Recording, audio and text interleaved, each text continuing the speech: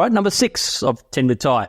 Let's flip it on its head now. You're 50 years old, and as you know, a lot of people are going to be inheriting some property because our parents have been able to buy property when it was more affordable. So you're 50 years old, you've inherited $500K from your parents. How would you tell yourself to invest that $500K? Okay, so I would probably invest that in a micro development. Because I'm a renovator, I love to use renovating to get more bang out of our buck.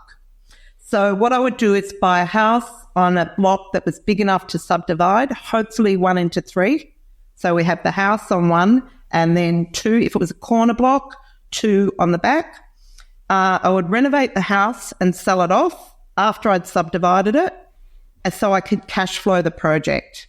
Okay, so then I would build on the back, and the 2 on the back I would hold because I would have high equity without my money being in it. I could revalue and pull the money out. That should give you something where you've got 20 to 30% equity in the property with none of your own money. And I think that that's a great strategy for getting traction quickly, because if you go and buy someone else's development, you're paying retail price, so you're paying over the odds.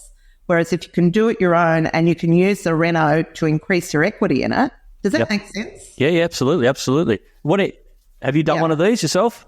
I'm doing one at the moment. I have done them before, but I'm doing one at the moment with our third daughter. So we're doing this. This is an Avo Smash strategy as well.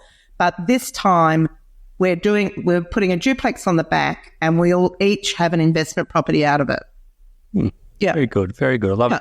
And any particular areas out of curiosity that... Yeah, well, that one we're doing in Echuca because we needed to work to a budget. So we bought a block for $542,000.